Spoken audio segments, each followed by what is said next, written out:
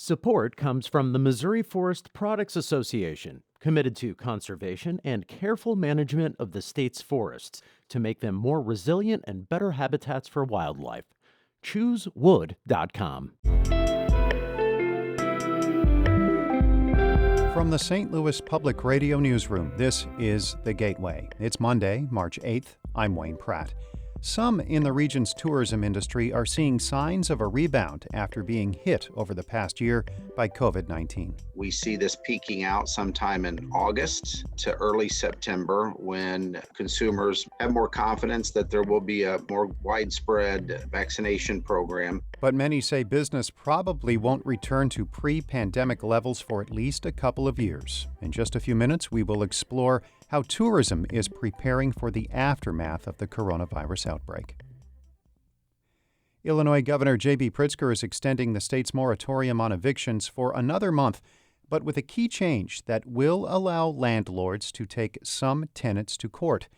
As Hannah Meisel reports, Pritzker is considering other possible revisions. Pritzker's latest executive order extension means an entire year of prohibition on evictions due to COVID-19. But after months of lobbying, the governor gave landlords a small concession, allowing them to start eviction proceedings on tenants who pose a, quote, direct threat to the health and safety of other tenants or an immediate and severe risk to property. Pritzker also says he's open to changing the moratorium after President Joe Biden signs the new $1.9 trillion stimulus bill into law. I think that we ought to be considering how to adjust our moratorium on evictions according to the amount of money that is allocated to the state of Illinois for renters and homeowners. Illinois paid out $325 million for rent and mortgage assistance last year, but that program has since closed. I'm Hannah Meisel. Low registration might cancel a mass vaccination clinic this week in southwest Missouri. The Berry County Office of Emergency Management is calling on eligible residents throughout the state to sign up for the event slated for tomorrow in Monette. As of Saturday night, the department had 100 people registered for nearly 1,000 vaccinations. Organizers say people can sign up online at covidvaccine.mo.gov/navigator. They can also call 877-435-8411. Domestic abuse victims can now text a local hotline. It's part of a push by a St. Louis group to make help more accessible during the pandemic. St. Louis Public Radio's Kayla Drake reports. When the coronavirus pandemic first hit, calls to Safe Connections crisis hotline decreased 23%. But the St. Louis nonprofit knew that wasn't because domestic abuse stopped. Advocates say the drop was most likely because people were ordered to stay at home and had less time apart from their abusers. Now, a year later, Safe Connections has introduced one of the first texting hotlines in the area. Jasmine Parks manages the hotline. She says in some situations, texting can be safer. We can get in contact with those folks who are maybe just no longer able to walk away, go to work, step outside, right, and make a phone call. People can text or call Safe Connections hotline at 314-531-2003. I'm Kayla Drake, St. Louis Public Radio. The Missouri legislature is considering a proposal to require correctional facilities to provide pads and tampons free for inmates. St. Louis Public Radio's Jacqueline Driscoll reports. The legislation is straightforward and has bipartisan support. Lawmakers say this is about dignity, but the bill is on hold because the chair of the Corrections Committee, Representative Andrew McDaniel, a Republican from Deering, says he's not having another hearing until the last few weeks of session. If we don't vote on this stuff today, I won't have another committee hearing until the end of April, so this bill will be dead. Freshman Representative Kim Collins, a Democrat from St. Louis, pressed on this. Am I allowed to ask why we won't have another meeting table? It's politics. I was just being honest. Supporters of the legislation say they have another path to get it done, but the broader issue of why there won't be any hearings held for a committee that deals with issues like inmate coronavirus vaccinations remains unclear. In Jefferson City, I'm Jacqueline Driscoll, St. Louis Public Radio.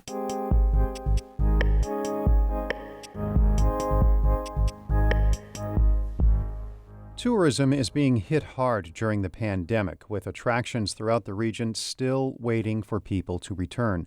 Many have gone through a huge drop in business, but are planning to bounce back. A drive along the Great River Road in Illinois gives you some of the region's best scenery, from the towering stone bluffs on one side to the Mississippi River on the other. The tourists who zoom along this road every year prop up many of the area businesses like restaurants, motels, and antique shops. Great Rivers and Routes Tourism Bureau President Corey Jobe says the owners have been hammered by the pandemic. Many of them have struggled. The hospitality and tourism industry has probably been the biggest hit of any economic industry or in any industry in the economy over the past year. That assessment is backed up by the U.S. Travel Association. It points to a recent Department of Labor report showing nearly 40% of the jobs lost during the pandemic have been in the leisure and hospitality sector. Although this COVID-laden year has been tough, Jobe, who spent roughly 4 years as director of the Illinois Office of Tourism, says they are optimistic for a post-pandemic reality. We'll see a pretty good, robust comeback in May to June of this year. Jobe says he'll define robust comeback by the success of small businesses in his 6-county area.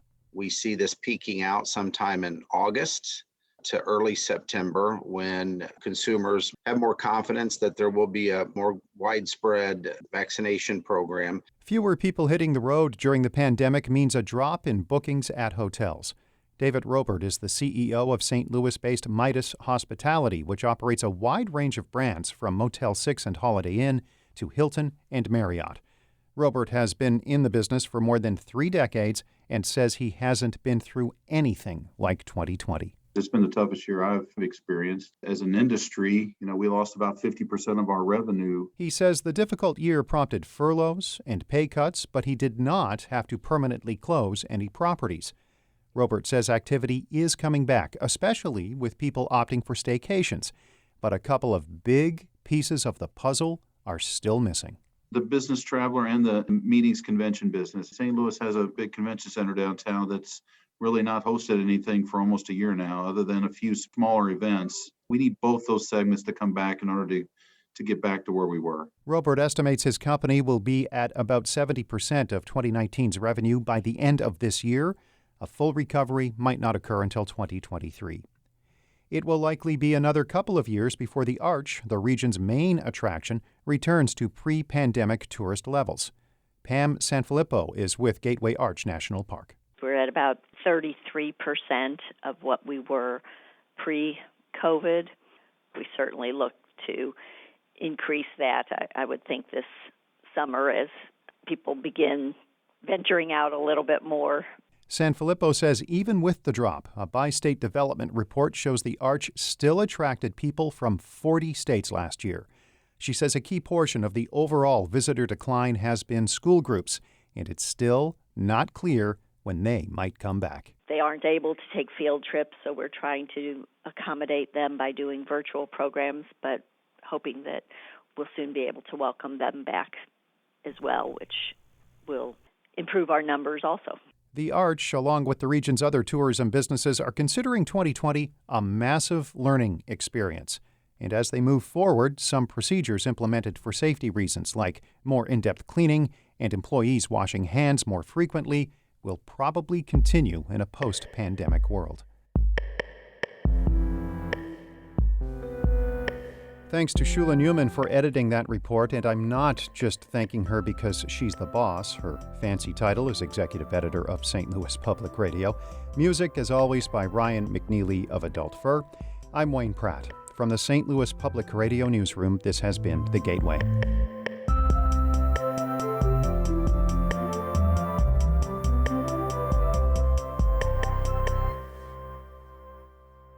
Support comes from Missouri Forest Products Association, committed to sustainable and sound conservation of the state's forests, which support more than 41,000 Missouri jobs, resulting in a $10 billion industry. ChooseWood.com.